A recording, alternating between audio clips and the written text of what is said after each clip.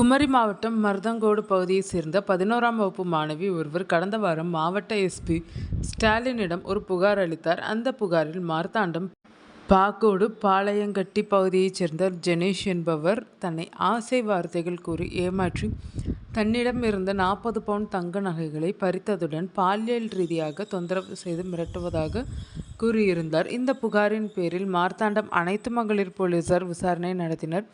பின்னர் போக்சோ உள்ளிட்ட பிரிவுகளின் கீழ் ஜெனீஷ் மீது வழக்கு பதிவு செய்து கைது செய்தனர். கைதான ஜெனீஷுக்கு ஏற்கனவே திருமணமாகி மனைவி மற்றும் ஒரு குழந்தை உள்ளனர். விசாரணையில் மாணவி மட்டுமின்றி வசதி படைத்த குடும்பங்களைச் சேர்ந்த பெண்கள், அரசு ஊழியர்களின் மகள்கள், தொழிலதிபர்களின் மகள்களை குறிவைத்து நெருக்கமாக பழகி அவர்களிடமிருந்தும் தங்க நகைகள், பணம் பறித்ததும், அவ்வாறு பறிக்கப்பட்ட பணம், நகைகளை கொண்டு ஒரு ஆம்னி பஸ் மற்றும் 2 சொகுசு கார்கள் உள்ளிட்டவை வாங்கி கோடீஸ்வரனாக மாறியிருந்ததும் தெரியவந்தது. இது குறித்து போலீசார் கூறியதாவது: ஜெனீஷ் ஏற்கனவே சவுண்ட் சர்வீஸ் நடத்தி வந்தார். அதற்கு தேவையான ஜெனரேட்டர்கள் மற்றும் அதிநவீன ஸ்பீக்கர்கள் உள்ளிட்ட உபகரணங்களையும் பெண்களை ஏமாற்றுவதன் மூலம் கிடைத்த பணத்தில் வாங்கி குவித்ததும் தெரிய வந்தது. ஜெனீஷிடம் ஏமாந்த பெண்கள் பட்டியல் பற்றி முழு விபரம் தெரியவில்லை. முதலில் புதுக்கடை பகுதியைச் சேர்ந்த கல்லூரி மாணவி ஒருவர்தான் பிரச்சனையை காவல்துறைக்கு கொண்டு சென்றார்.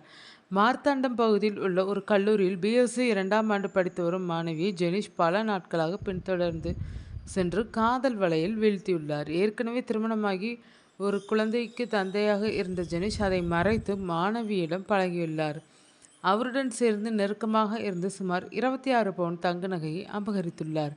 நாட்கள் செல்ல செல்ல ஜெனீஷ் சுயரூபம் தெரிந்தவுடன் மாணவி அவரை விட்டு விலகியுள்ளார். அவரிடம் நகையை திருப்பி கேட்டுள்ளார். ஆனால் அவர் நகையை கொடுக்காமல் ஏமாற்றியுள்ளார். இதையடுத்து மாணவி புதுக்கடை காவல் நிலையத்தில் புகார் அளித்துள்ளார். இந்த புகாரில் போலீசார் வழக்கு பதிவு செய்துள்ளனர். கைதாகி ஜாமீனில் ஜெனீஷ் வெளியே வந்துள்ளார். ஆனாலும் தொடர்ந்து தனது லீலைகளை தொடர்ந்தார். அந்த வகையில் மார்த்தாண்டம் திருத்துவபுரம் பகுதியில் திருமணமான ஒரு பெண்ணுடன் சில மாதங்கள் ஜெனீஷ் பழகியுள்ளார். அந்த பெண்ணின் கணவர் வெளிநாட்டில் வேலை பார்த்து வந்துள்ளார். அந்த பெண் தினசரி விதவிதமான தங்க நகைகளை அணிந்து செல்வதை நோட்டமிட்டு அந்த பெண்ணை மயக்கி வலையில் வீழ்த்தினார். பின்னர் அந்த பெண்ணிடமிருந்து தங்க நகைகளை பறித்துள்ளார். வெளிநாட்டில் இருந்து அவரது கணவர் ஊருக்கு வந்தவுடன் நகை குறித்து கேட்டபோது குட்டு வெளியானது. இதையடுத்து களியக்காவிளை காவல் நிலையத்தில் புகார் அளிக்கப்பட்டு பஞ்சாயத்து பேசி முடித்து வைக்கப்பட்டுள்ளது. இதே பாணியில் மார்த்தாண்டம் உண்ணாமலை கடைப்பகுதியை சேர்ந்த தொழிலதிபரின் திருமணமான மகள் ஒருவரை காதல் வலை வீசி அவரையும் வீழ்த்தி அவரிடமிருந்தும் நகை மற்றும் பணத்தை பறித்துள்ளார். இதுவும் ஒரு கட்டத்தில் அந்த பெண்ணின் கணவருக்கு தெரிய வரவே மார்த்தாண்டம் காவல் நிலையத்தில் புகார் அளிக்கப்பட்டு பஞ்சாயத்து பேசி முடிக்கப்பட்டுள்ளது. இந்த நிலையில்தான் மருதங்கோடு பகுதியைச் சேர்ந்த 11ஆம் வகுப்பு மாணவி ஜெனீஷ் மீது புகார் அளித்து காவல்துறையினரிடம் சிக்க வைத்தார். இந்த மாணவியின் தாயார் அரசு அதிகாரியாக வெளி மாவட்டத்தில் உள்ளார். தந்தை மட்டுமே மாணவியுடன் உள்ளார். அதிக வசதி கொண்ட மாணவி என்பதால் கவனிப்புகள் சரிவர இல்லாமல் ஜெனீஷ் வலையில் எளிதாக விழுந்து 40 பவுன் நகைகளை கொடுத்துள்ளார்.